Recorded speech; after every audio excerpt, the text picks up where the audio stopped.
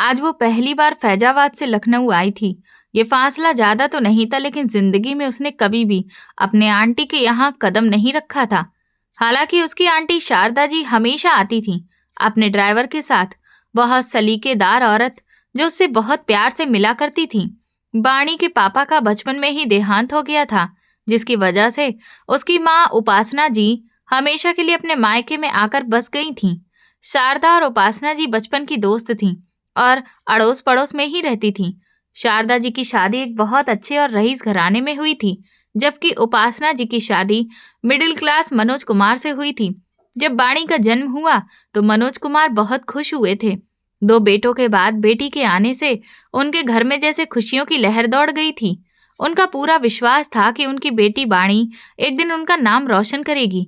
मगर वक्त ने करवट बदली और जब बाड़ी महज 10 साल की थी, तभी एक सड़क हादसे में मनोज कुमार का देहांत हो गया। उस हादसे ने सब कुछ बदल दिया। उपासना जी अपनी बेटी को लेकर मायके लौट आईं और फिर वहीं रहने लगीं। नानी का देहांत तो काफी पहले ही हो चुका था और नाना अशोक प्रताप अब बूढ़े हो चुके थे। उन्हीं की पेंशन से घर किसी तरह चल रहा था। जैसे तैसे वक्त गुजर रहा था कि उसका बड़ा भाई शेखर एक प्राइवेट कंपनी में नौकरी करने लगा। तब जाकर घर के हालात कुछ सुधरे। फिर शेखर की शादी उसकी पसंद की लड़की सीमा से हो गई, जो बहुत समझदार और सीधी सादी थी। अब घर का माहौल थोड़ा बेहतर लगने लगा था। अशोक प्रताप अब बूढ़े होने के साथ साथ कमजोर भी पड़ गए थे, मगर फिर भी हर सुबह अखबार पढ़ना उनकी दिनचर्या का हिस्सा था। बाणी पढ़ाई में अच्छी थी और उसका सपना था कि वो भी किसी दिन कुछ बड़ा करे ताकि सबको उस पर गर्व हो। मगर किस्मत के खेल कौन जानता है। वो तो आज ही उसे समझ आने वाला था, जब उसने पहली बार उस बड़े से हवेली नुमा घर में कदम रखा जहां उसकी आंटी शारदा जी रहती थीं। उसका दूसरा भाई आर्यन अपनी यूनिवर्सिटी के आखिरी साल में था। वहीं वाणी ने बीएससी पूरी कर ली थी और अब उसे लखनऊ यूनिवर्सिटी में स्कॉलरशिप पर आगे की पढ़ाई करने का मौका मिला था। उसका मन था कि वो यूनिवर्सिटी के हॉस्टल में ही रहे ताकि उसे पढ़ाई पर ज्यादा ध्यान देने का मौका मिले, मगर उसकी आंटी शारदा जी ने साफ मना कर दिया था और कहा था कि वो उनके घर में ही रहेगी। माँ उपासना जी के कहने पर वो मन मारकर उनकी बात मान गई थी और अब यहाँ आज पहुंची थी। लेकिन जैसे ही उसने शारदा जी का घर देखा तो उसके कदम अपने आप रुक गए। इतना बड़ा, इतना शानदार घर देखकर उसका दिल धक्क से रह गया। उसे यकीन नहीं हो रहा था कि उसकी आंटी इतने बड़े और अमीर घराने से ताल्लुक रखती हैं। वो धीरे धीरे डरते हुए अंदर दाखिल हुई तो देखा कि शारदा जी किसी से फोन पर बात कर रही थीं। उसने नमस्ते की तो शारदा जी ने तुरंत फोन रखा और दौड़कर उसे गले से लगा लिया। अरे मेरी बच्ची, तुमने बताया क्यों नहीं कि आज आ रही हो? मैं ड्राइवर को भेज देती या सम्राट को कह देती कि वो खुद जाकर तुम्हें ले आए। शारदा जी ने प्यार से उसका माथा सहलाते हुए कहा तो वाणी उनकी मोहब्बत भरी बातों पर हल्के से मुस्कुरा दी। शारदा जी बोली, चलो जल्दी से कपड़े बदल लो, मैं तुम्हारे लिए खाना लगवाती हूँ। वाणी ने मुस्कुराते हुए कहा, नहीं आंटी, रास्ते में मैंने सैंडविच खा लिए थे, अब बस थोड़ा आराम करना चाहती हूँ। आपको पता है, मैंने कभी इतना लंबा सफर नहीं किया तो थोड़ा अजीब लग रहा है। शारदा जी ने प्यार से उसके सिर पर हाथ फेरा और बोली, ठीक है बेटा, पहले आराम कर लो, फिर नीचे आ जाना, बहुत बातें करनी है तुमसे। वो आहिस्ता से बोली, ठीक है, चलो मैं अभी जरा जिम चली जाती हूँ, तुम अपना ध्यान रखना, रात को मिलते हैं। शारदा जी ने कहा तो वो हल्की सी मुस्कान के साथ सिर हिला गई और नौकरानी के साथ गेस्ट रूम में चली गई। कुछ देर आराम करने के बाद शाम को वो लॉन में टहलने निकली और एक कुर्सी पर बैठ गई। अचानक उसे बच्चों के लगातार रोने की आवाज आई। क्या ये उसका वहम था या सच में आवाज आ रही थी? ख्याल आया, आंटी के घर में छोटे बच्चे कहाँ से आए? वो धीरे धीरे उन आवाजों की ओर बढ़ी जो लॉन के पास बनी सीढ़ियों की तरफ से आ रही थी। ऊपर चढ़कर देखा तो एक 4 साल की लड़की और लगभग 2 साल का एक बच्चा जोर जोर से रो रहे थे और नौकरानी उन्हें झिंझोड़ते हुए कह रही थी, क्या बात है, अभी तुम लोगों को साफ करके लाई थी, फिर से ये गंदगी? मेरा तो दिल चाहता है कि तुमको जोर से दूं एक। नौकरानी चिल्ला रही थी। बाणी पास गई तो नौकरानी चौंक कर खड़ी हो गई और बोली, अरे आप ऊपर आ गईं, आपको यहाँ नहीं आना चाहिए था, शारदा जी बहुत नाराज होंगी, आप जल्दी चली जाएं। बाणी ने हैरानी से पूछा, पर आप अपने बच्चों को मार क्यों रही हैं? नौकरानी घबराई हुई बोली, अब अभी कोई बात मत कीजिए, मैडम आने वाली हैं, बहुत नाराज होंगी, प्लीज चले जाइए। कहते हुए वो जरा तेजी से बोल रही थी तो वाणी ने सिर झटककर वापस पलटा और उसे चाय पीने की तलब लगी, इसीलिए वो किचन की तरफ चल दी। वहां एक नौकरानी खड़ी थी, वही जिसने उसे दोपहर में कमरे तक पहुंचाया था। एक बात पूछूं? चाय बनाते हुए उसने पलटकर नौकरानी से पूछा। जी छोटी मालकिन, जरूर पूछिए, उसने अदब से जवाब दिया। वो ऊपर एक नौकरानी अपने बच्चों को डांट रही थी, बल्कि मार भी रही थी। ऐसा क्यों कर रही थी? उसने मासूमियत से पूछा। नौकरानी ने एक पल रुककर कहा, अरे नहीं छोटी मालकिन, वो बच्चे उस नौकरानी के नहीं हैं, वो तो हमारे बड़े साहब के बच्चे हैं। ये सुनकर वाणी चौंक गई। नौकरानी ने धीरे से कहा, उन पर बहुत बड़ा दुख टूटा है। बड़े साहब की बीवी उन्हें 2 साल पहले छोड़कर चली गई थी, जब उनका छोटा बेटा हुआ था। तब से बेचारे अकेले ही दोनों बच्चों को संभालते हैं। ऑफिस का काम भी ज्यादातर घर से ही करते हैं, ताकि बच्चों की देखभाल कर सकें। जब बहुत जरूरी होता है तभी कुछ घंटों के लिए बाहर जाते हैं। वाणी ने हैरानी से कहा, लेकिन आंटी का तो एक ही बेटा है ना, सम्राट, और जहां तक मुझे याद है उसकी तो अभी शादी भी नहीं हुई।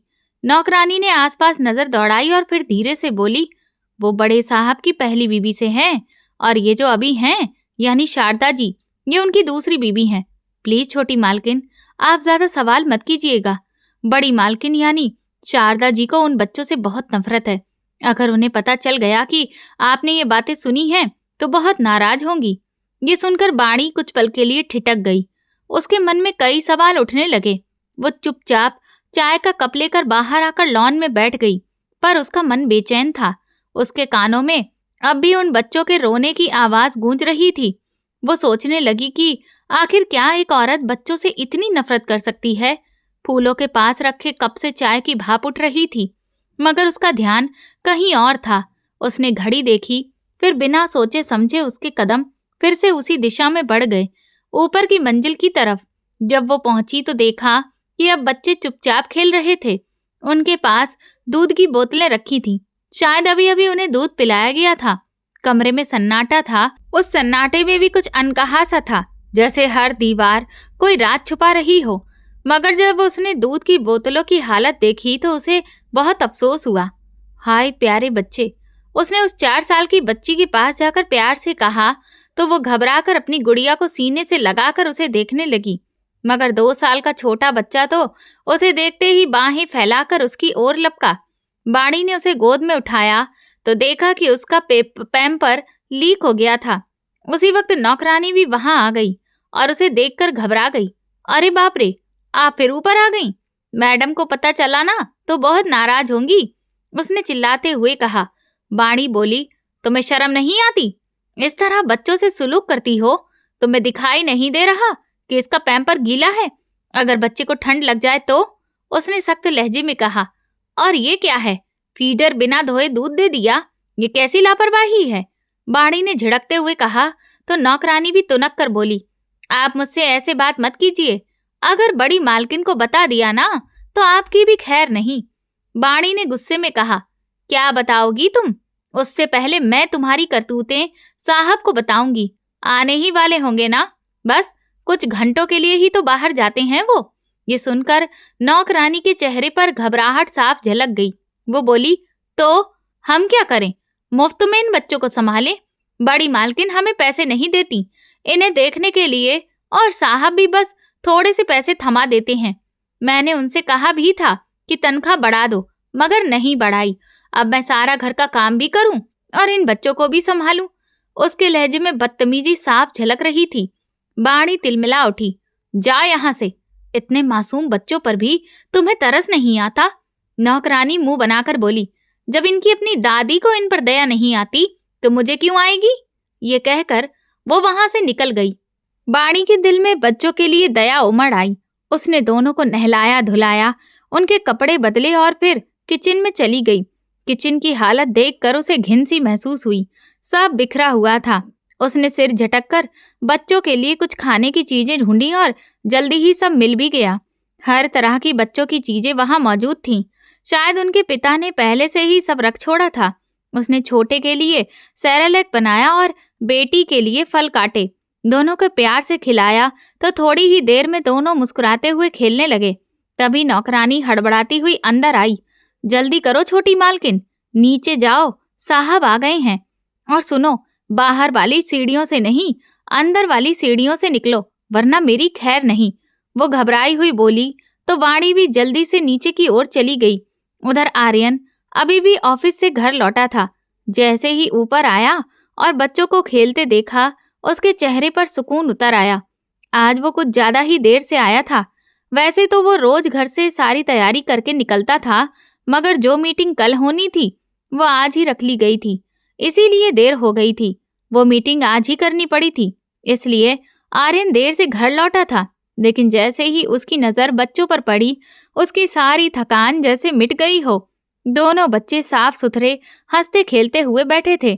उसे देखकर दोनों के चेहरे खिल उठे। आर्यन ने अपनी बेटी रिया को गोद में उठाते हुए कहा, क्या कर रहे थे मेरे प्यारे बच्चों? रिया हंसकर बोली, हमें आंटी ने खाना भी खिला दिया। आर्यन ने मुस्कुराते हुए कहा, वाह, मेरे बच्चों को तो बहुत अच्छी आदतें आ गई हैं। उसने बेटे कबीर को प्यार से सहलाते हुए कहा, अच्छा अब खेलो, पापा कपड़े बदल कर आते हैं। वो दोनों को प्यार करके अपने कमरे की तरफ बढ़ गया। जाते जाते उसने अनीता से कहा, धन्यवाद अनीता, आज बच्चे बहुत खुश लग रहे हैं और कितने साफ सुथरे भी हैं। ये लो तुम्हारा इनाम, अगर ऐसे ही रखोगी तो मुझे बार बार कुछ कहने की जरूरत नहीं पड़ेगी। उसने जेब से कुछ पैसे निकालकर उसे दिए तो अनीता की आंखें चमक उठी। अरे साहब, इसकी क्या जरूरत है? आपके बच्चे मेरे भी बच्चे जैसे हैं। आज उन्हें देखकर दिल पिघल गया तो मैंने खुद ही उनका ध्यान रख लिया, उसने बनावटी मुस्कान के साथ कहा और नीचे चली गई। आर्यन मुस्कुराते हुए सिर हिलाकर अंदर चला गया। आने वाले दिनों में बच्चे रोज ही उसे साफ सुथरे और खुश दिखाई देने लगे। घर की रसोई और बाकी जगह भी अब चमकने लगी थी। आर्यन को लगने लगा कि अनीता का काम पहले से बहुत बेहतर हो गया है, इसीलिए अब वो ऑफिस में जरा देर तक रुकने लगा, ये सोचकर कि घर पर सब ठीक चल रहा है। मगर उस दिन उसके सिर में बहुत दर्द था, इसीलिए वो शाम 4 बजे ही घर लौट आया। जैसे ही उसने लिविंग रूम में कदम रखा तो उसकी नजर बच्चों पर गई, पर उनके साथ खेलने वाली अनीता नहीं थी, बल्कि कोई और लड़की थी। आर्यन ठिठक गया, कौन हो तुम और अनीता कहाँ है? उसने गुस्से से आवाज लगाई। बच्चों को अपनी ओर खींचते हुए वो बोला, अनीता, अनीता। मगर तभी रिया तेजी से उस लड़की की गोद में जाकर बैठ गई और कबीर भी उसी की ओर भागा। आर्यन का चेहरा सख्त हो गया। कौन हो तुम? उसने उस लड़की की ओर तीखी नजरों से देखा। लड़की घबरा गई थी, उसके चेहरे पर डर साफ झलक रहा था। ये हमारी अच्छी वाली आंटी हैं जो हमें नहीं मारती, उसकी नन्ही सी परी ने उस लड़की के गले में बाहें डालते हुए कहा तो वो हैरानी से उसे देखने लगा। वहीं अनीता के चेहरे पर घबराहट साफ झलक रही थी। ओह, तो इस आंटी की बात हो रही थी और मैं उस दिन से अनीता तुम्हें क्रेडिट दे रहा था। मुझे लगा तुम सुधर गई हो, मगर नहीं, मैं गलत था। तुम वैसी ही हो, चालाक और झूठी, जैसी तुम्हारी मालकिन है। उस आदमी की आवाज में गुस्सा और तिरस्कार साफ झलक रहा था। अनीता बोली, आप मुझसे इस तरह बात नहीं कर सकते। मैं जाकर बड़ी मालकिन को बताऊंगी कि आप उनके बारे में क्या बोल रहे थे। वो तमतमाते हुए बोला, निकालो अपना सामान और दफा हो जाओ यहाँ से, वरना अच्छा नहीं होगा। जिसको जो बताना है जाकर बता दो, मैं किसी से डरने वाला नहीं हूँ। उसकी आवाज इतनी तेज थी कि बच्चे सहम गए। अनीता मुंह बनाते हुए नीचे की ओर चली गई। वो मुड़ा तो सामने वही लड़की थी, सादा कपड़ों में, बालों में लंबी चोटी, कंधों पर हल्का सा दुपट्टा, गोरी रंगत पर हल्की लाली लिए बेहद मासूम और सुंदर लग रही थी। उसके चेहरे में एक सुकून था, एक सादगी थी जो बहुत भा गई। वो एक पल उसे बस देखता रह गया, फिर धीरे से बोला, तुम कौन हो? नई नौकरानी आई हो क्या? उसने नरम आवाज में पूछा, मगर उसके जवाब देने से पहले ही उसका फोन बजने लगा। वो फोन कान से लगाए बात करता रहा और उसी बीच वो लड़की बच्चों को बाय बाय करती नीचे चली गई। वो चाहकर भी उसे रोक नहीं पाया। फोन खत्म होने के बाद उन्होंने बच्चों से पूछा, बेबी, ये आंटी उस दिन से तुम्हारा ख्याल रख रही हैं? रिया ने खुशी से सिर हिलाया। हाँ पापा। वो हल्के से मुस्कुराया और बोला, बहुत बढ़िया। चलो अब पापा थोड़ी देर आराम करेंगे, फिर तुम्हारे लिए खाना बनाएंगे। उसने कनपटियों को दबाते हुए सिर झुकाया और थके कदमों से अपने कमरे की ओर बढ़ गया। कमरा आज बेहद साफ सुथरा था, जैसे कि किसी ने बड़े ही मन से हर चीज को संभाला हो। उसने जैसे ही अलमारी खोली तो देखा कि उसके सारे कपड़े बड़े सलीके से टंगे हुए थे। वो अनायास ही मुस्कुरा दिया। उसके दिमाग में उसी लड़की का चेहरा घूम गया जिसने ये सब किया होगा। फिर खुद को झिड़कते हुए उसने सोचा कि पहले फ्रेश हो लिया जाए और बाथरूम की ओर बढ़ गया। उधर बाणी काफी देर से बाहर इधर उधर टहल रही थी। आज उसकी जान तो बच गई थी, लेकिन मन में एक डर समा गया था। उसे लग रहा था कि अगर आर्यन को ये पता चल गया कि वो शारदा जी की जानने वाली है तो कहीं वो उससे नफरत न करने लगे और शायद बच्चों से मिलने से भी मना कर दे। कुछ देर बाद नौकरानी ने आकर कहा कि बाणी जी, मैडम बुला रही हैं, बाहर आ जाओ। वो धीरे धीरे बाहर आई तो देखा सोफे पर एक युवक बैठा हुआ था। उसे देखते ही वो मुस्कुराकर खड़ा हो गया और बोला, वाह, ये तो वाकई बहुत खूबसूरत है मॉम, जैसे कोई परियों की दुनिया से आई हो। बाणी हल्का सा मुस्कुराई और जब उसने मॉम कहा तो उसे समझ आया कि ये सम्राट है। कैसे हैं आप सम्राट जी? उसने धीरे से कहा। सम्राट हंस पड़ा और बोला, अरे प्लीज जी मत कहो, बस सम्राट बोलो। वो मजाकिया लहजे में बोलता जा रहा था और उसकी निगाहें बड़ी बेबाकी से बाणी को देख रही थीं। बाणी का मन हुआ कि वहां से उठकर भाग जाए, लेकिन उसने खुद को संभाला और जाकर शारदा जी के पास सोफे पर बैठ गई। शारदा जी ने मुस्कुराकर कहा, तुम्हारे अंकल भी आते ही होंगे, तब बैठकर ठीक से बात करेंगे। फिर नौकरानी से बोला गया कि ऊपर जाकर आर्यन साहब को कहो कि नीचे आ जाएं, क्योंकि उनके पिताजी पूरे महीने बाद घर लौट रहे हैं और उनका साफ आदेश है कि उनका प्यारा बेटा भी नीचे मौजूद हो। आज का खाना तो हमारा बिगड़ ही जाएगा। शारदा जी ने ताना मारते हुए कहा, पता है ना तुम्हें, मुझे उसके साथ खाना खाना बिल्कुल अच्छा नहीं लगता, जैसे जहर हो। फिर भी तुम्हारे बाप को समझ ही नहीं आता। शारदा जी के लहजे में इतनी नफरत और कटाक्ष था कि बाणी हैरान होकर उन्हें देखने लगी। उस वक्त शारदा जी के चेहरे पर कोई नरमी नहीं थी, जैसे किसी पुराने गुस्से की आग उनके भीतर अब भी सुलग रही हो। बाणी को इस नफरत की वजह समझ नहीं आ रही थी, इसलिए उसने मन ही मन ठान लिया कि किसी भी हाल में उस शख्स से आमना सामना नहीं करेगी। आंटी जी, मैं कमरे में चली जाऊं? तबीयत कुछ ठीक नहीं लग रही, उसने धीरे से कहा तो शारदा जी चौंकी। अरे मेरी बच्ची, क्या हुआ? मैं सम्राट से कहती हूँ, वो तुम्हें डॉक्टर के पास ले जाएगा। नहीं आंटी जी, थोड़ी देर आराम कर लूंगी तो ठीक हो जाऊंगी, बाणी ने झट से कहा। अच्छा चलो ठीक है, मैं तुम्हारा खाना कमरे में भिजवा दूंगी, शारदा जी ने कहा। बाणी ने राहत की सांस ली और जल्दी से अपने कमरे में चली गई। अगले दिन सुबह वो हमेशा की तरह यूनिवर्सिटी चली गई और दोपहर 12 बजे के करीब वापस लौटी। जैसे ही वो ऊपर वाले हिस्से में पहुंची तो सामने बैठे आर्यन को देखकर उसके पांव तले जमीन खिसक गई। उसे तो पूरा यकीन हो गया था कि वो अब तक ऑफिस जा चुके होंगे। वो वापस मुड़ने ही वाली थी कि आर्यन ने उसे आवाज दी, अरे आइए ना, मैं तो आपका ही इंतजार कर रहा था। दरअसल मैं अब अनीता के पास बच्चों को छोड़ना नहीं चाहता।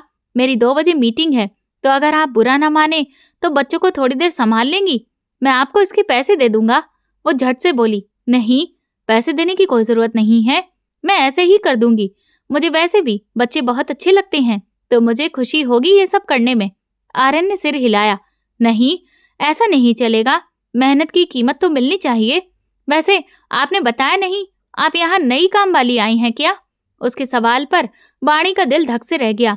अगर वो सच बोलती तो शायद उसे बच्चों से मिलने ही नहीं दिया जाता, इसलिए उसने सिर झुकाकर कहा, जी, और बात वहीं खत्म कर दी। अच्छा, आप बस मेरा और बच्चों का ही काम देख लीजिए और यही मेरे हिस्से में रहिए, मैं आपको सैलरी दे दूंगा, आर्यन ने साफ लहजे में कहा। और रही बात शारदा जी की, तो उन्हें साफ कह दीजिए कि अब आप उनके यहाँ काम नहीं करेंगी। नहीं, शाम को उनका थोड़ा काम होता है तो मैं दिन में आपका काम कर लूंगी, बाणी ने जल्दी से जवाब दिया। ठीक है, आर्यन ने मुस्कुराते हुए कहा। अच्छा, खाना वाना बना लेती हैं ना आप? अगर बुरा ना लगे तो मेरे आने से पहले खाना भी बना दिया करें। असल में दफ्तर से लौटने पर बहुत थक जाता हूँ। वो जल्दी से बोला, ठीक है, आप बस मुझे मेन्यू बता दीजिएगा। बाणी ने सिर झुकाते हुए कहा, जी, आप जो कहेंगे मैं बना दूंगी। वो झूठ बोलते हुए उसकी आंखों में नहीं देख पा रही थी। आर्यन ने मुस्कुराकर कहा, मैं ज्यादा पकवान नहीं खाता, बस एक ही चीज बना लिया करें, जो मन हो। फ्रिज में सारी सब्जियां और बाकी जरूरी सामान रखा है। वो उसे ये सब बताते हुए उठ गया और कमरे की तरफ चला गया। कुछ देर बाद वो तैयार होकर ऑफिस निकल गया। जाते जाते उसने एक नजर पीछे डाली। बाणी बच्चों के साथ मुस्कुराते हुए खेल रही थी। उसके चेहरे पर सुकून था। आर्यन ऑफिस पहुंचा, मगर उसका मन बार बार घर की तरफ चला जा रहा था। अब उसके दिल में एक अजीब सा सुकून था। घर अब घर जैसा लगने लगा था, वरना इससे पहले उसने कभी ऐसा महसूस नहीं किया था। उसकी सौतेली माँ शारदा जी ने कभी उसे अपना बेटा नहीं माना था। हमेशा नफरत और ताने ही दिए थे। फिर जब उसने अपनी पसंद से शादी की तो लगा था जिंदगी सुधर जाएगी, पर कुछ ही सालों में वो भी उससे ऊब गई। उसे तो बस अपने शौक की परवाह थी। आर्यन एक ऐसी लड़की चाहता था जो घर को घर समझे, जो बच्चों से प्यार करे, मगर रमा के ख्वाब किसी और ही दुनिया के थे। और जब वो दूसरी बार पेट से हुई, बच्चे को जन्म देने के कुछ ही दिन बाद वो उसे और बच्चों को छोड़कर चली गई थी। आज रमा अपने दूसरे पति के साथ खुशहाल जिंदगी बिता रही थी और आर्यन अब भी अधूरा था। वो यही सोचता, उसकी जिंदगी में कोई ऐसा क्यों नहीं आया जो सच में उसका अपना हो, जो उसके साथ सच्चाई और अपनेपन से जुड़ा हो। लेकिन अब उसे लगने लगा था कि शायद उसकी तलाश खत्म हो गई है। वो चाहे एक नौकरानी ही थी, पर उसके दिल को छू चुकी थी। उसने तय कर लिया था कि वो जल्द ही शारदा जी से बात करके बाणी को अपनी पत्नी बनाएगा। अगर ये कहा जाए कि उसे पहली नजर में ही उससे प्यार हो गया था, तो ये बिल्कुल सही होगा। बाणी को ऊपर के हिस्से में आए हुए कई दिन हो चुके थे। वो हर दिन चुपके से आती और चुपके से ही चली जाती। शारदा जी को इसका जरा भी अंदाजा नहीं था। उस दिन जब आर्यन नीचे आया तो उसे जरा भी भनक नहीं थी कि शारदा जी के सामने वो लड़की बैठी मिलेगी। वो अपने ख्यालों में डाइनिंग हॉल में पहुंचा और सबको हेलो करते हुए जैसे ही बैठा, शारदा जी के मीठे लहजे में बोले गए शब्द सुनकर चौंक गया। आओ बेटा, बैठो, खाना ठंडा हो जाएगा। फिर उन्होंने मुस्कुराते हुए कहा, ये मेरी सहेली की बेटी है, हमारे सम्राट की होने वाली पत्नी। शारदा जी की बात सुनकर आर्यन को ऐसा लगा जैसे किसी ने उसके सिर पर पूरा बम गिरा दिया हो। वह हैरानी से बाणी की ओर देखने लगा, जो नजरें झुकाए चुपचाप उसके सामने वाली कुर्सी पर आकर बैठी थी। आर्यन का गला सूख गया। उसने बिना कुछ कहे प्लेट किनारे रख दी और उठ खड़ा हुआ। अरे, कहाँ जा रहे हो बेटा? खाना तो खाओ, और वो जो बात करनी थी तुम्हें मुझसे, वो भी कर लो, कुमार साहब ने कहा। आर्यन ने भारी आवाज में कहा, अब कोई जरूरत नहीं है बाबा, जो बात करनी थी उसका जवाब मुझे मिल गया और मैंने खाना खा लिया था ऑफिस से आकर, तो इसीलिए अब इतनी भूख नहीं है। वो आहिस्ता से कहता हुआ उठकर वहां से निकल गया। बाणी होंठ दबाती हुई बेदिली से चम्मच प्लेट में चलाती रही थी, मगर उसके दिमाग में ये बात घूम रही थी कि शारदा जी ने उसे सम्राट की दुल्हन क्यों कहा। खाने से फुर्सत पाने के बाद वो शारदा जी के पास आई। आंटी, आपने कहा कि मैं सम्राट की होने वाली दुल्हन हूँ, मगर ये बात तो मुझे नहीं पता थी, वो झिझकते हुए बोली। शारदा जी मुस्कुराई। बेटा, मेरा मकसद तुम्हें यहाँ बुलाने का ही यही था कि मेरा बेटा तुम्हें पसंद कर ले, इसलिए मैंने पहले कुछ नहीं बताया कि जब तक वो खुद राजी ना हो जाए मैं कोई बात नहीं छेड़ूंगी। लेकिन कल रात सम्राट ने हाँ बोल दिया है। वो तुमसे शादी करना चाहता है।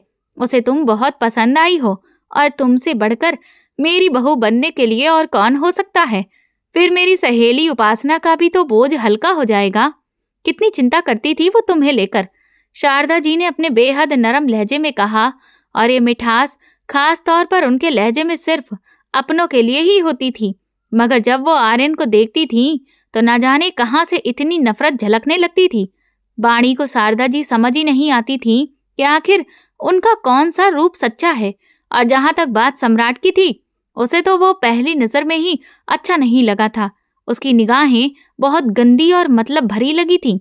फिर वो बिना कुछ पूछे और अपने कमरे में चली गई। अगले दिन जब वो यूनिवर्सिटी से वापस आई तो आर्यन आज भी घर पर ही था। क्या करने आई हो यहाँ? निकलो यहाँ से, मुझे झूठे और मक्कार लोग बिल्कुल भी पसंद नहीं हैं। आर्यन ने सख्त लहजे में कहा। सॉरी, मैं झूठ नहीं बोलना चाहती थी, लेकिन मुझे आपके बच्चे बहुत अच्छे लगे थे। मुझे डर था कि आप ये जानने के बाद कि मैं शारदा जी की जानने वाली हूँ, मुझे बच्चों से मिलने से रोक देंगे। बस इसी डर से मैंने झूठ बोला। प्लीज मुझे माफ कर दीजिए। वो उंगलियां मरोड़ते हुए बोली तो वो चलते हुए उसके सामने आ खड़ा हुआ और उसकी आंखों में आंखें डालकर देखने लगा। उसकी आंखों में उभरता गुस्सा और तिरस्कार देखकर वो जैसे अंदर तक कांप गई। ये सब करने को तुम्हारी आंटी ने कहा होगा ना, और अब भी कोई नया झूठ लेकर आई हो। उन्हें तो वैसे भी मौका चाहिए कि किसी तरह मुझे तकलीफ मिले। उन्हें बहुत सुकून मिलता है मुझे परेशान देखकर। और देखो ना, आज वो कितनी खुश थीं। इसीलिए तो तुरंत अपने बेटे की बात चला दी। यही था ना तुम दोनों का प्लान, मुझे दर्द देने का। वो दांत भींचते हुए बोला। नहीं, ऐसा नहीं है। मैंने किसी गलत इरादे से कुछ नहीं किया। अगर ऐसा होता तो मैं आपके बच्चों के साथ प्यार से पेश क्यों आती? मुझे बच्चे सच में बहुत प्यारे लगते हैं। बस इसी वजह से मैं आपकी तरफ आती थी और मैंने सिर्फ आपकी नफरत के डर से सच्चाई छुपाई थी। वो भर्राई आवाज में बोली। इसके अलावा मेरा कोई गलत मकसद नहीं था। प्लीज मुझे माफ कर दीजिए और बच्चों से मिलने दीजिए। वो हाथ जोड़कर गिड़गिड़ाते हुए बोली। हरगिज नहीं, मैं अपने बच्चों के आसपास भी तुम जैसे लोगों को भटकने नहीं दूंगा, आर्यन ने सख्त लहजे में कहा। लेकिन प्लीज, वो तड़प कर बोली। मगर आर्यन ने उसका हाथ पकड़कर उसे दरवाजे की तरफ धकेल दिया। बाणी आंखों में नमी लिए सीढ़ियों से नीचे उतर आई। उसका दिल बहुत भारी था। वो इतने दिनों में ही उन बच्चों से बहुत ज्यादा जुड़ गई थी और बच्चे भी उससे बहुत लगाव करने लगे थे। बेटी को तो किसी तरह बहला लिया गया, मगर बेटा किसी तरह शांत नहीं हो रहा था। वो लगातार रोए जा रहा था। आर्यन सर पकड़कर सोफे पर बैठा था, परेशान और थका हुआ। अगले दिन उसने आया के लिए एक विज्ञापन दिया और इंटरव्यू के लिए कुछ लड़कियों को ऑफिस में बुलाया। उनमें से एक लड़की को पसंद करके वो उसे घर ले आया। सारा काम समझाने के बाद वो फिर ऑफिस चला गया। जब शाम को वापस लौटा तो देखा कि बच्चे गंदे कपड़ों में थे और पूरा घर अस्त व्यस्त पड़ा था। कम से कम घर की सफाई ही कर लेती, उसने झुंझलाकर कहा। आया ने तुरंत पलटकर जवाब दिया। मैं सिर्फ बच्चों की देखभाल के लिए आई हूँ, सफाई के लिए आप किसी और को रख लीजिए। मैं कोई नौकरानी नहीं हूँ। आर्यन बस उसे देखता ही रह गया, कुछ बोल नहीं पाया। रिया वैसे तो बड़ी समझदार थी। वो चुपचाप खिलौनों से खेलती रहती थी, मगर इन दिनों वो भी कुछ उदास रहने लगी थी। एक दिन आर्यन उसे लेकर छत पर गया था, तभी नीचे लॉन में खड़ी बाणी पर उसकी नजर पड़ी। रिया उसे देखकर उत्साहित होकर जोर जोर से बाणी आंटी पुकारने लगी। आर्यन घबराकर उसे तुरंत वापस अंदर ले आया और सोफे पर बैठाकर डांटने लगा। कितनी बार कहा है किसी अनजान से बात नहीं करते। उसकी सख्त आवाज सुनकर रिया सहम गई और रोने लगी। वो उसे डांट डपट कर सुला तो चुका था, मगर वो अब भी सोते हुए हिचकियां भर रही थी। उसे यूं हिचकियां लेते देखकर आर्यन की आंखों में नमी सी आ गई, लेकिन वो जानता था कि अपने बच्चों को एक बड़ी तकलीफ से बचाने के लिए उसे ये छोटी सी तकलीफ देना जरूरी है। उसके मन में अब भी यही धारणा थी कि बाणी भी वैसी ही होगी जैसे कि शारदा जी हैं। आर्यन का बचपन भी तकलीफों से भरा था। उसकी माँ तब गुजर गई थी जब वो सिर्फ 2 साल का था। फिर जब वो 8 साल का हुआ तो उसके पिता ने बताया कि वे दूसरी शादी करने जा रहे हैं। आर्यन बहुत खुश था। उसे लगा कि अब उसे माँ का प्यार मिलेगा, मगर शारदा जी ने अगले ही दिन उसे डांट कर अलग कर दिया और साफ साफ कह दिया कि वो इस बच्चे की जिम्मेदारी नहीं उठाएंगी।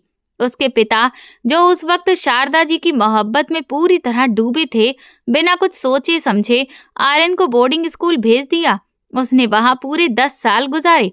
वो बहुत समझदार और होशियार छात्र था, मगर धीरे धीरे अकेलापन उसका साथी बन गया। जब कभी छुट्टियों में वो घर आता तो देखता कि शारदा जी अपने बेटे सम्राट पर कितना प्यार लुटाती हैं, जिससे उसके दिल में एक टीस उठती। उसका मन करता कि वो भी माँ कहकर गले लग जाए, मगर शारदा का सख्त और बेरहम स्वभाव उसे हमेशा रोक देता था। वो उससे खुलकर नफरत करती थी और ये बात छिपाने की कोशिश भी नहीं करती थी। उसके पिता कई बार उन्हें समझाने की कोशिश करते, मगर शारदा जी के ताने और गुस्से के आगे वो भी चुप रह जाते। आखिर आर्यन पढ़ाई के बहाने लंदन चला गया। वहां उसने खुद को पूरी तरह से काम में झोंक दिया और जब वापस लौटा तो अपनी पसंद की लड़की से शादी कर ली। मगर वो रिश्ता भी ज्यादा दिन नहीं टिक सका, क्योंकि वो लड़की आर्यन से मोहब्बत नहीं करती थी, बल्कि सिर्फ उसके पैसे से मतलब रखती थी। मगर कुछ समय के बाद ही आर्यन को एहसास हो गया कि उस घर में सिर्फ शारदा जी का ही राज चलता है और वो खुद वहां पर एक मेहमान से ज्यादा कुछ भी नहीं है। उसकी कोई अहमियत नहीं थी। इसीलिए उसकी पत्नी ने भी एक बहाना बनाकर उसे छोड़ दिया। उसके बाद आर्यन ने ठान लिया कि अब वो कभी किसी औरत को अपनी जिंदगी में जगह नहीं देगा। लेकिन फिर उसकी जिंदगी में वाणी आई और एक बार फिर उसे लगा जैसे उसकी सूखी जिंदगी में फिर से रंग लौट आए हों। मगर किस्मत ने फिर से उसे धोखा दिया। उसे लगा जैसे उसकी किस्मत में सिर्फ दर्द और धोखे ही लिखे हैं।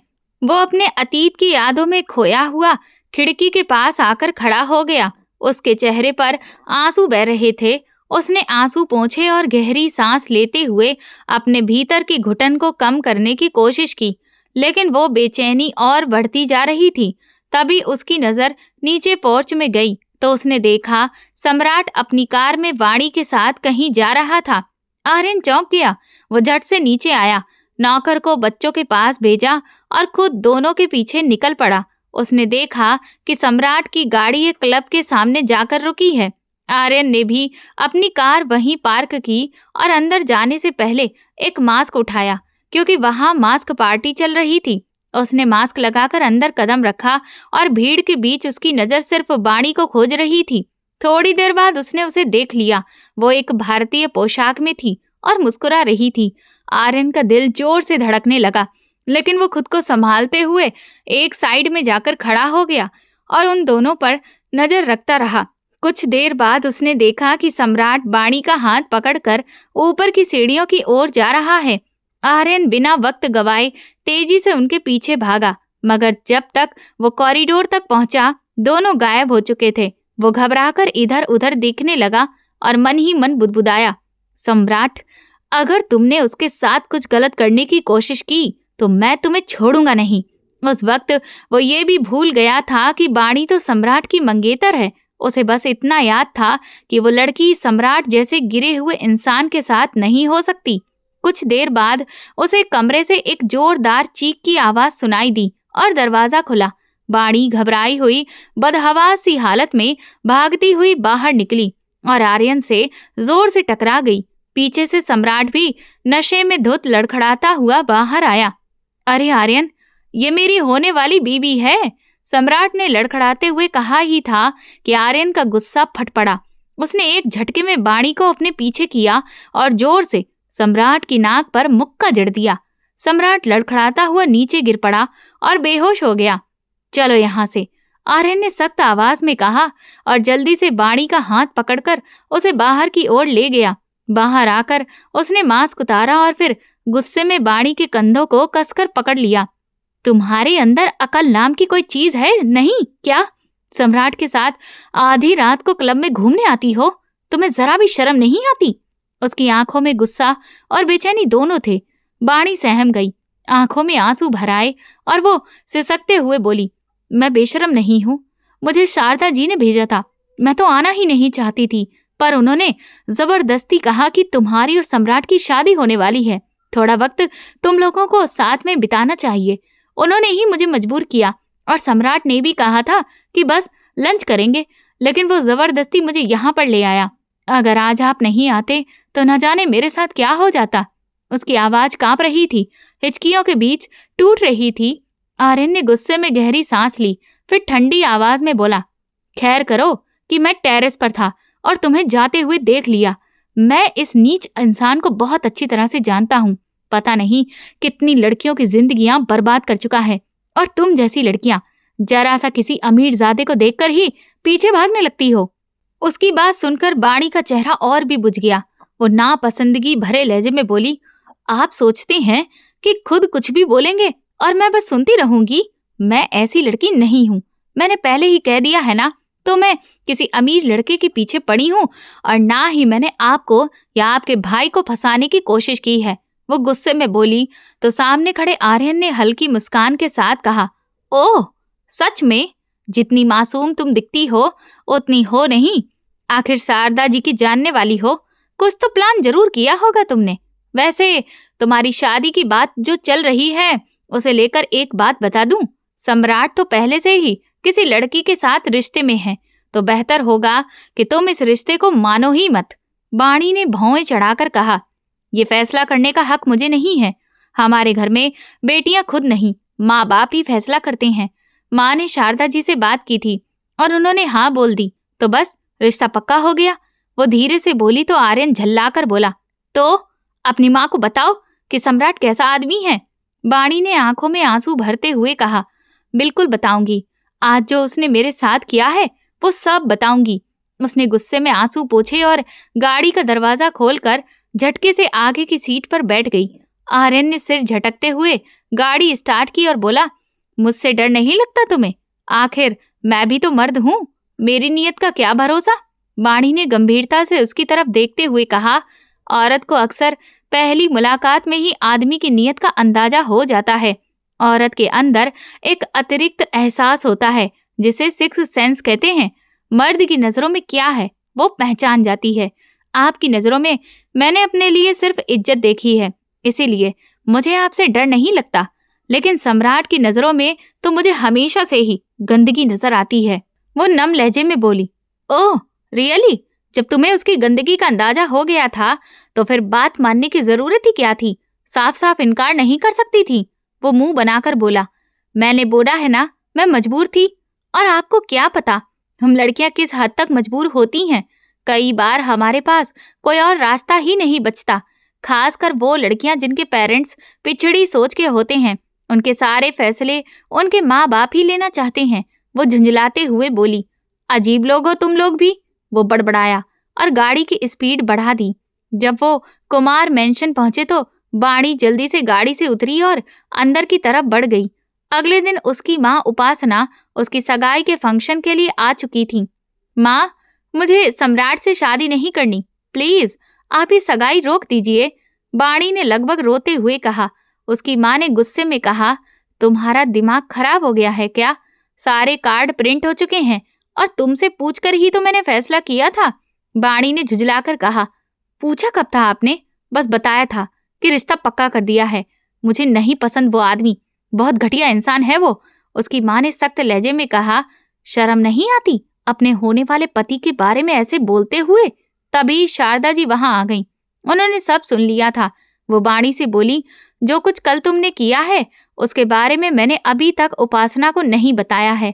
उपासना, तुम्हें पता है तुम्हारी बेटी ने कल रात मेरे बेटे को क्लब में बुलाया और सम्राट के साथ मारपीट की। तुम्हारी बेटी जिस दिन से यहाँ आई है छुप छुप कर मेरे बेटे आर्यन से मिलती रही है। पता नहीं दोनों के बीच क्या रिश्ता था, लेकिन मैंने सब कुछ जानने के बावजूद भी अपने बेटे के लिए तुम्हारी बेटी का रिश्ता मांगा और बदले में ये सिला दे रही है मुझे। तुम्हारी बेटी खुद बदचलन है।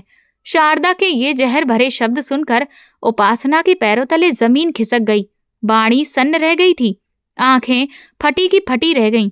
उसने कांपती आवाज में कहा, ये गलत है, मेरा आर्यन से कोई रिश्ता नहीं था।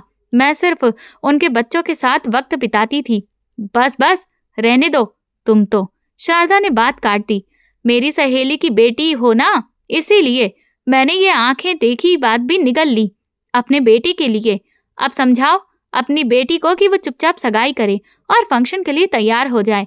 मेरी सोसाइटी में बहुत इज्जत है, ये मत हो कि कहीं ये मुझे बदनाम कर दे। शारदा ने सख्त लहजे में कहा। बाणी ने गुस्से और डर के बीच कहा, मैं हरगिज शादी नहीं करूंगी आपके बेटे से। उसका अफेयर किसी और से चल रहा है और आपको पता है उसने मेरे साथ जबरदस्ती की थी। इससे पहले कि वो अपनी बात पूरी करती, उपासना ने गुस्से में उसे एक जोरदार थप्पड़ दे मारा। बाणी अपने गाल पर हाथ रखे अविश्वास से अपनी माँ को देखती रह गई। उपासना बोली, एक शब्द और मत बोलना, मुझे शर्म आती है कि तुम मेरी बेटी हो। शारदा पहले ही मुझे तुम्हारी हरकतों के बारे में बता चुकी है। क्या यही संस्कार दिए थे मैंने तुम्हें, किसी मर्द से अकेले में जाकर मिलने के? उपासना ने उसका हाथ पकड़कर जोर से झिंझोड़ा।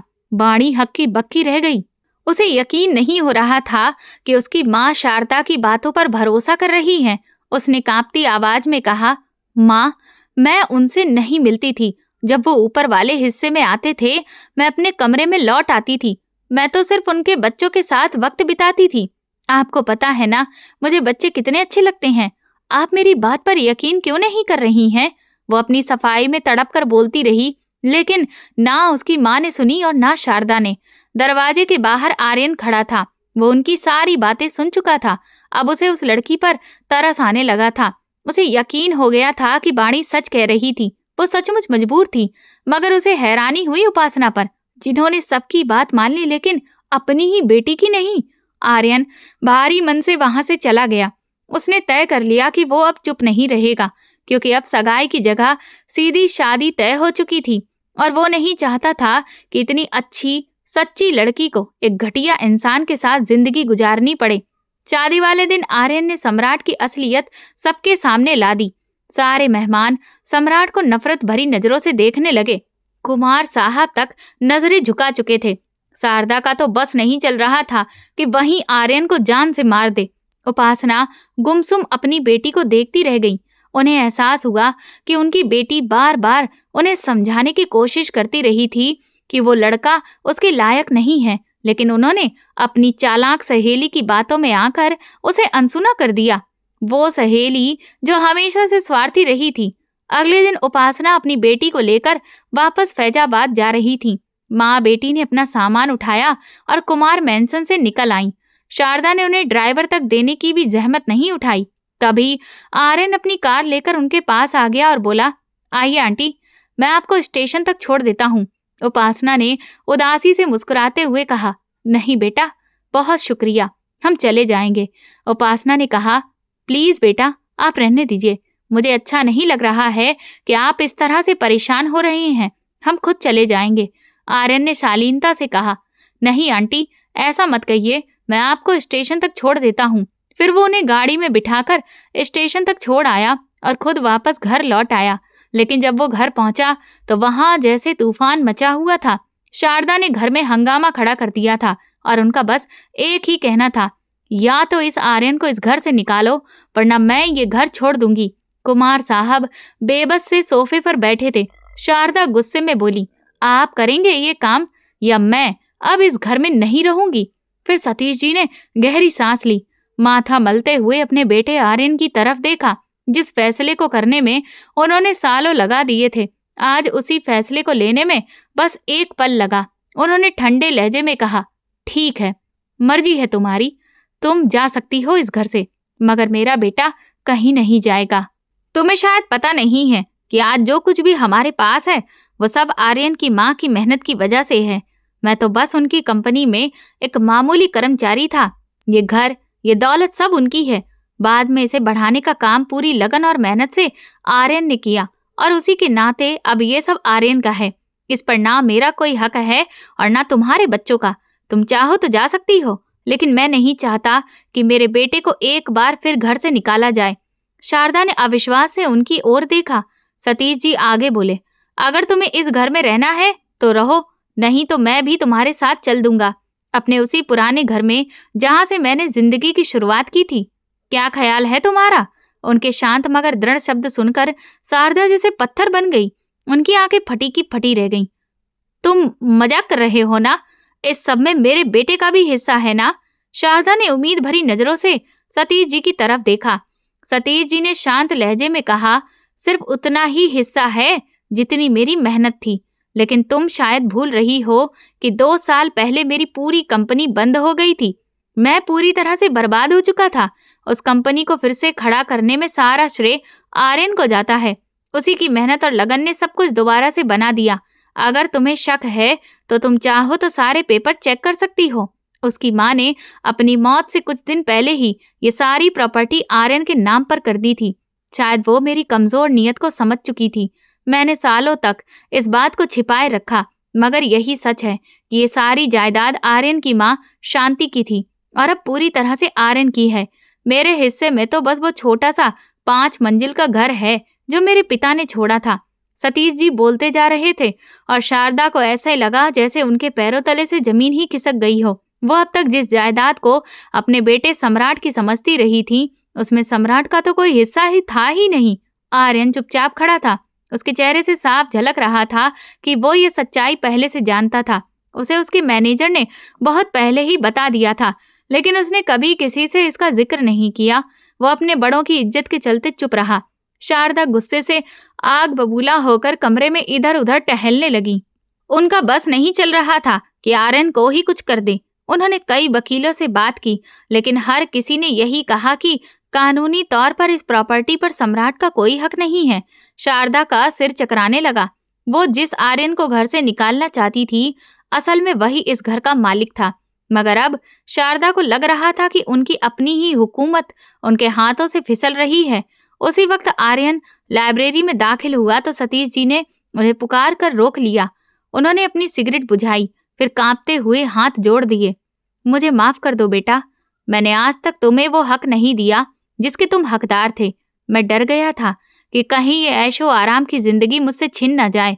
मैंने अपनी जिंदगी बहुत गरीबी में गुजारी थी और जब तुम्हारी माँ शांति ने मुझे अपनाया तो लगा जैसे कि किस्मत ही पलट गई। मगर जब वो इस दुनिया से चली गई तो मुझे डर लगने लगा कि सब कुछ मेरे हाथ से निकल जाएगा। इसलिए मैं ये सच छुपाता रहा। मुझे माफ कर दो मेरे बेटे। सतीश जी की आंखों से आंसू बह निकले। आर्यन ने तुरंत उनके हाथ पकड़ लिए और नम लहजे में बोला, पापा प्लीज इस तरह मत कहिए, मुझे शर्मिंदा मत कीजिए। उसने उन्हें अपने सीने से लगा लिया।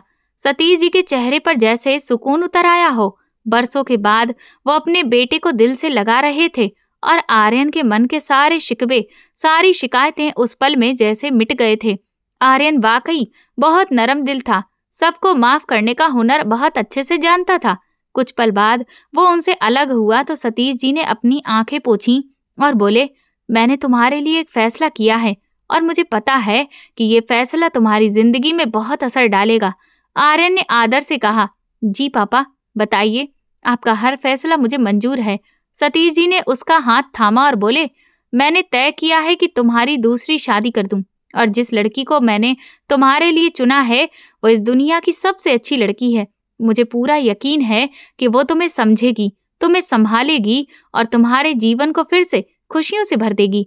मैंने अपनी जिंदगी में बहुत गलत फैसला किया था क्योंकि मैं पहले से जानता था कि शारदा कैसी औरत है। सतीश जी की आवाज में पछतावा झलक रहा था और आर्यन की आंखों में अपने पिता के लिए सम्मान और स्नेह दोनों ही थे। लेकिन उसके बावजूद मैंने सब कुछ नजरअंदाज करके शारदा को अपनी जिंदगी में शामिल किया, अपनी ख्वाहिश के मुताबिक, ना कि तुम्हारी खातिर। सतीश जी ने भारी आवाज में कहा, मगर मैं जानता हूँ कि मेरा बेटा अब अपने बच्चों के साथ ऐसा नहीं चाहता है और मुझे यकीन है कि वो लड़की उन बच्चों को माँ का सच्चा लगाव देगी। उनके लहजे में अपनापन और विश्वास दोनों ही थे। आर्यन बस चुपचाप उन्हें देखता रह गया। दिल में कई सारे ख्याल उमड़ घुमड़ रहे थे। उसके जहन में सबसे पहले वाणी का चेहरा उभरा, मगर फिर उसे याद आया कि वो शारदा की जानने वाली है, इसीलिए उसे अपनी जिंदगी में शामिल करना मुमकिन ही नहीं था। उसने बस धीमे से सिर झुकाकर हाँ कह दिया। अगले दिन एक होटल में छोटी सी शादी की रस्म रखी गई थी। सब कुछ बहुत सादगी से हो रहा था। शादी के समय जब लड़की को लाया गया, आर्यन ने हैरानी से सतीश जी की ओर देखा, जिन्होंने मुस्कुराकर सिर हिलाया। आर्यन कुछ बोले बिना चुपचाप बैठा रहा। उपासना बाणी को थामे हुए लाई और उसे आर्यन के पास बैठा दिया। बाणी के दोनों भाई और उसके नाना जी भी मौजूद थे, मगर शारदा ने साफ इनकार कर दिया था इस शादी में आने से। शायद उन्हें ये खबर भी नहीं थी कि बाणी अब आर्यन की पत्नी बन रही है। आर्यन जानता था कि अब घर लौटने पर न जाने क्या तूफान खड़ा होगा। शादी की रस्म पूरी होने के बाद विदाई हुई और आर्यन बाणी को लेकर घर की तरफ निकल पड़ा। रास्ते में दोनों खामोश बैठे रहे। घर पहुंचकर उसने बाणी का हाथ थामा और अपने हिस्से वाले पोर्शन में ले आया। बच्चों के साथ नौकरानी थी। आर्यन और बाणी को एक साथ देखकर नौकरानी कुछ चौंकी, फिर जल्दी से नीचे चली गई। तभी छोटी रिया दौड़ती हुई आई और बाणी की टांगों से लिपट गई। बाणी झुककर उसे अपने सीने से लगा ली, उसके माथे और गाल पर प्यार किया। सतीश जी बस खामोशी से उसे देखते रहे। बाणी ने रिया को गोद में उठाया और कमरे में चली गई। उसने उसे बिस्तर पर बिठाकर सुलाया और छोटे से कबीर को भी प्यार से थपक कर सुला दिया। जब दोनों बच्चे सो गए तो बाणी उठकर कपड़े बदलने चली गई। कुछ देर बाद वो वापस लिविंग रूम में आई, जहां आर्यन सोफे पर बैठा लैपटॉप पर काम कर रहा था। आपके लिए कॉफी बना दूं? उसने धीरे से पूछा। आर्यन ने नजर उठाई, उसकी ओर देखा, फिर मुस्कुराते हुए लैपटॉप बंद किया और उठकर उसके सामने आ गया। कुछ बातें हैं जो तुम्हें जाननी बहुत जरूरी हैं, आर्यन ने अपने चेहरे पर सख्ती लाते हुए कहा। अगर तुमने अपनी आंटी की तरह मेरे बच्चों के साथ कुछ गलत करने की कोशिश की तो याद रखना, मैं अपने पिताजी की तरह किसी के साथ नाइंसाफी नहीं होने दूंगा। वो ठंडी आवाज में बोला, मगर हर शब्द में चेतावनी थी। दूसरी बात, हमारे बीच पति पत्नी वाला रिश्ता नहीं होगा। अगर कभी हुआ भी तो उसे लेकर ज्यादा गलतफहमी में मत रहना। मैं तुम्हारे पास केवल अपनी एक जरूरत पूरी करने आऊंगा, प्यार करने नहीं। मुझे झूठ और धोखा देने वाले लोग बिल्कुल पसंद नहीं हैं।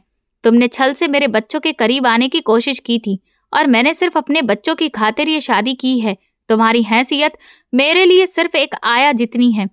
आर्यन के इन शब्दों ने बाणी का दिल तोड़ दिया। उसकी आंखों में दर्द की नमी चमक उठी और होंठ हल्के से कांप गए।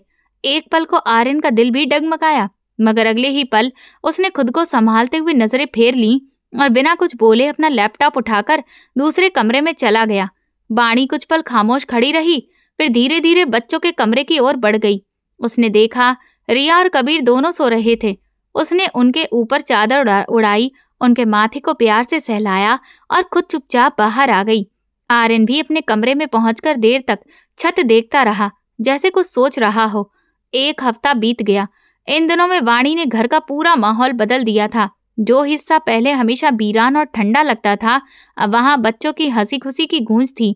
आर्यन जब ऑफिस से लौटता तो उसके थके हुए चेहरे पर मुस्कान आ जाती।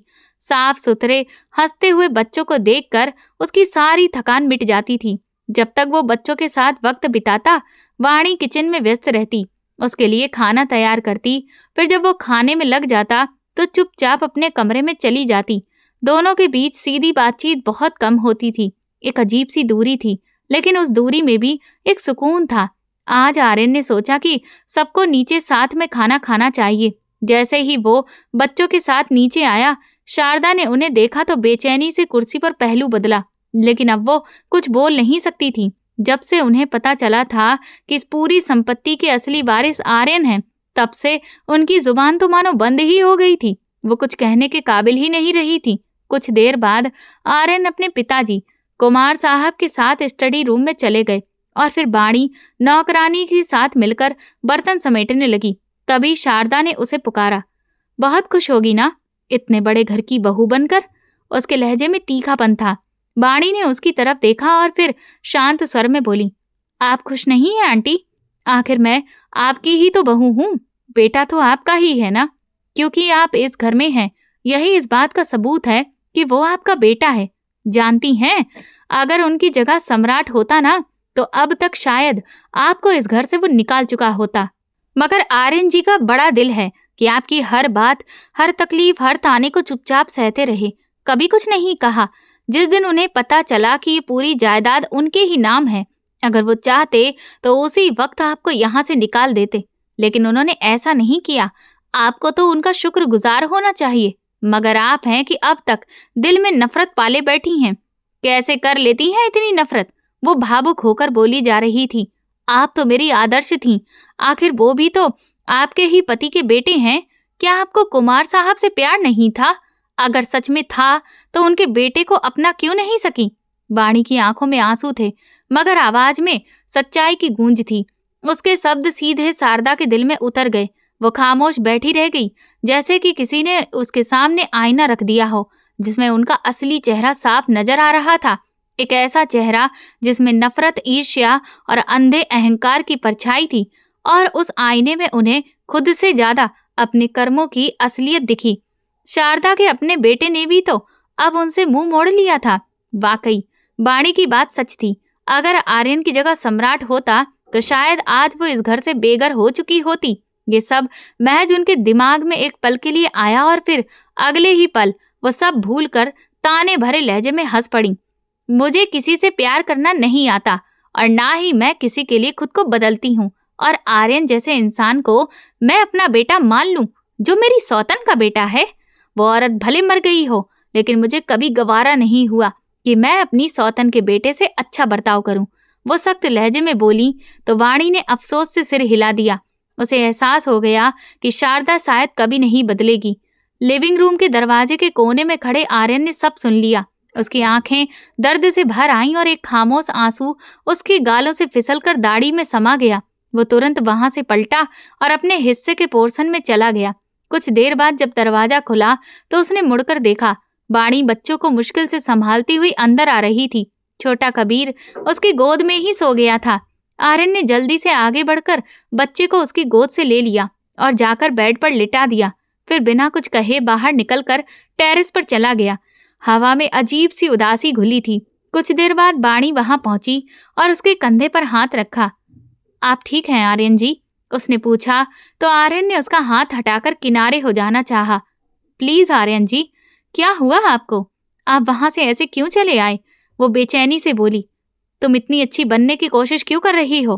तुम्हें क्या लगता है मैं तुम्हारी बातों में आ जाऊंगा? आर्यन ने तीखे लहजे में कहा। वाणी ने शांत स्वर में जवाब दिया।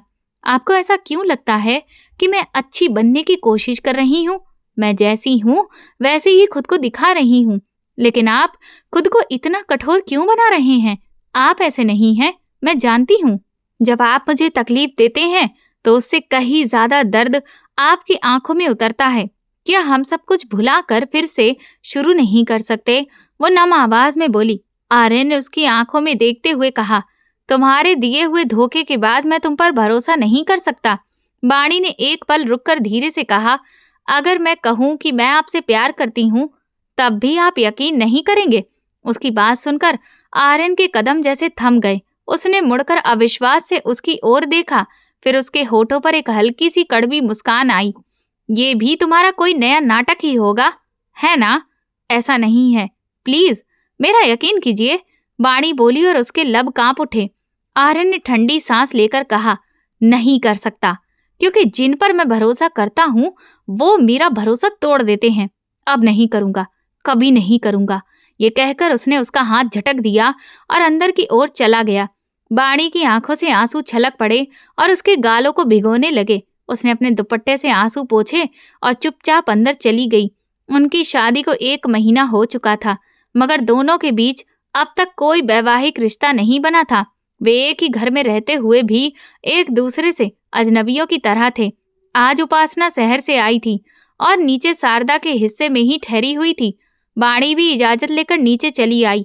कुछ देर बाद ही सम्राट कमरे में दाखिल हुआ। उसने कहा, माँ, मुझे पैसे चाहिए, 1 लाख, जरा जल्दी दीजिए, मुझे दोस्तों के साथ जाना है।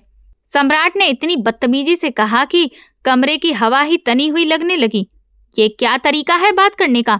मेरे पास तो अब कोई पैसे नहीं हैं, शारदा गुस्से से चिल्लाई। अरे कैसी माँ हो तुम? अपने बेटे के लिए आज तक कुछ भी नहीं कर सकी?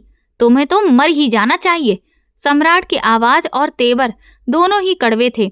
शारदा गुस्से में उसे थप्पड़ मारने के लिए आगे बढ़ी तो उसने उनका हाथ पकड़कर जोर से धक्का दे दिया और शारदा जमीन की तरफ गिर ही रही थी कि तभी आर्यन अंदर आया और उन्हें पकड़ लिया।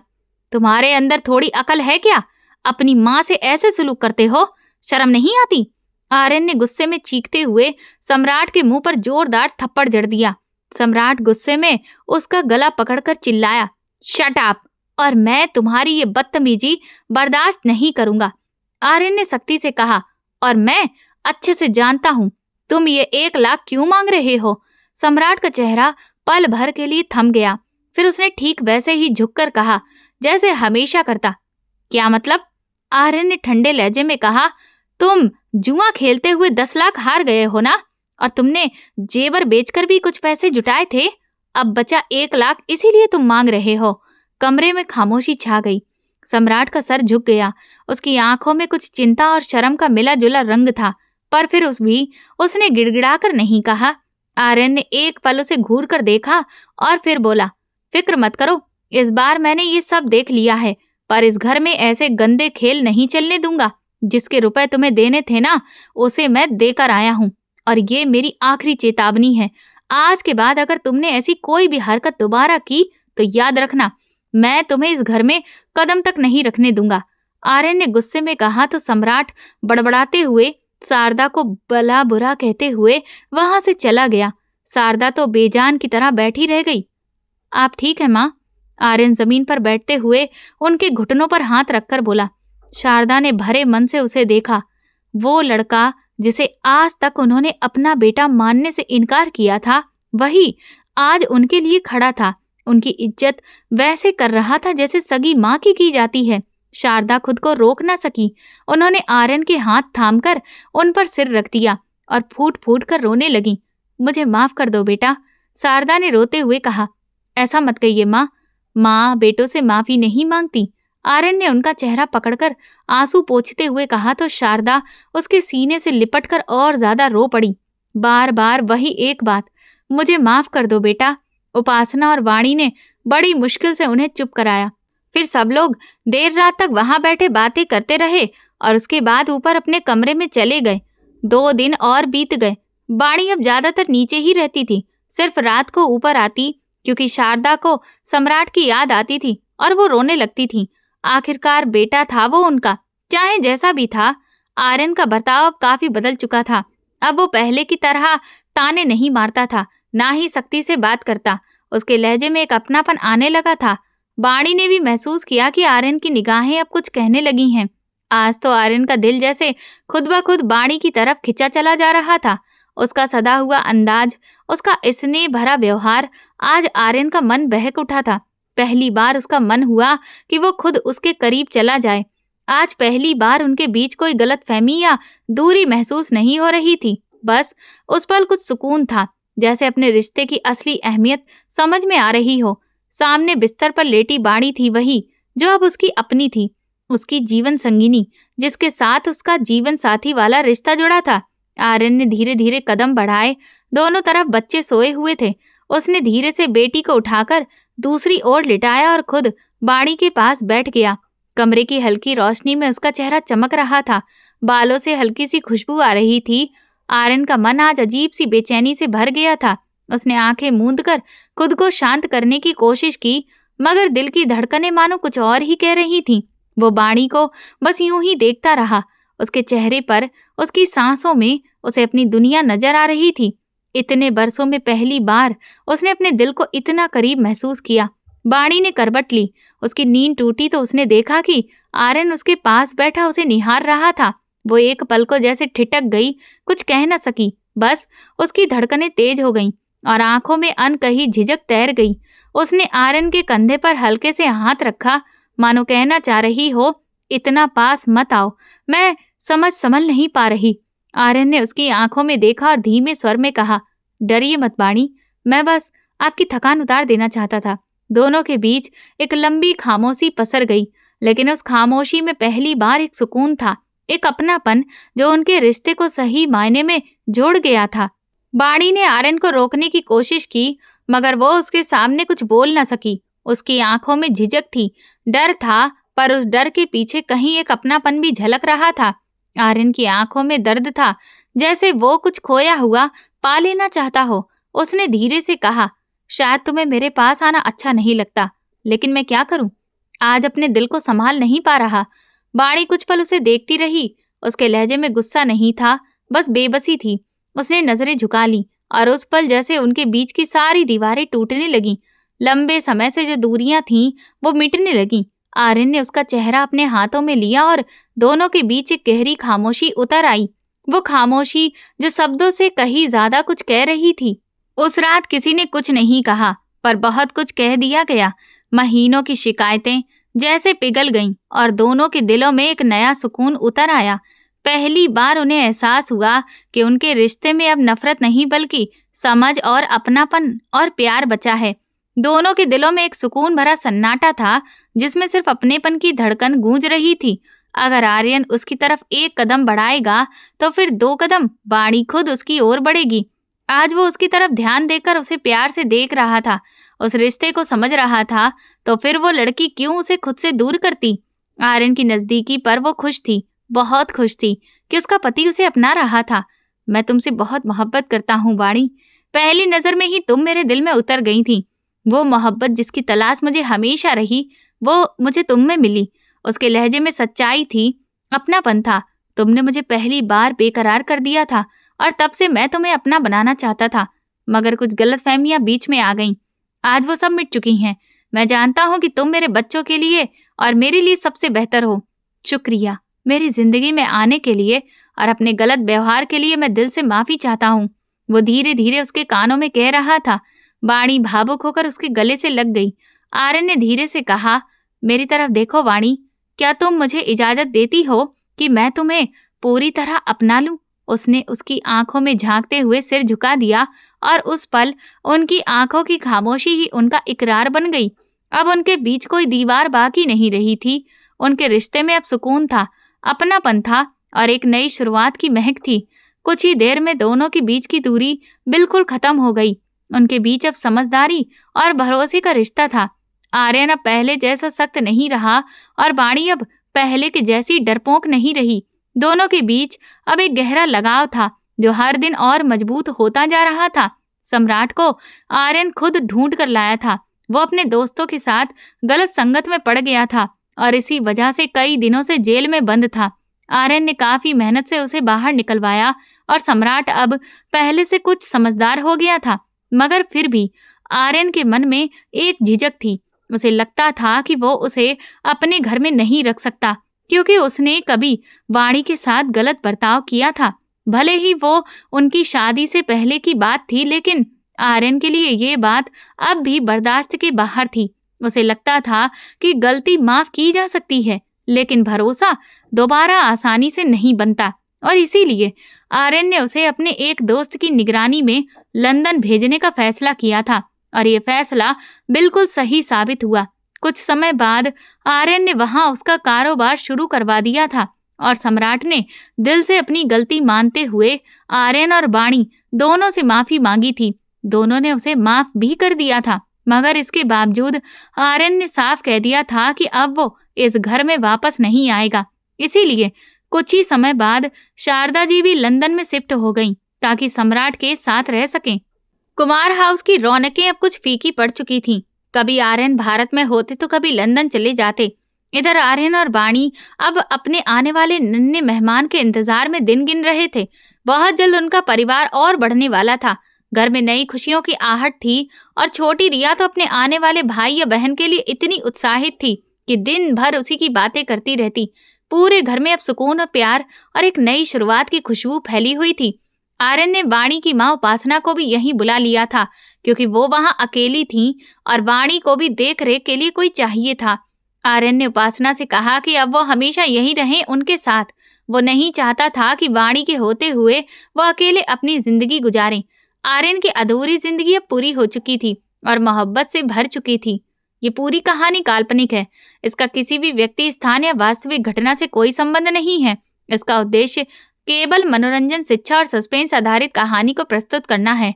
तो दोस्तों, आपको हमारी ये कहानी कैसी लगी मुझे कमेंट सेक्शन में जरूर बताएं।